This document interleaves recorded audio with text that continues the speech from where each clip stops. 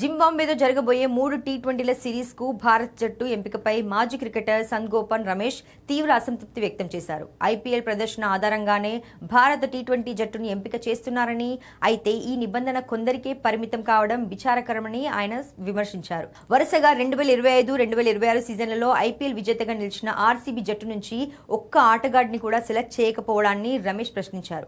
IPL 2026లో 28 వికెట్లతో అత్యధిక వికెట్లు తీసిన రెండో బౌలర్గా నిలిచిన ఆర్సీబీ పేసర్ భువనేశ్వర్ కుమార్ను పక్కన పెట్టడంపై ఆయన ఆశ్చర్యం వ్యక్తం చేశారు.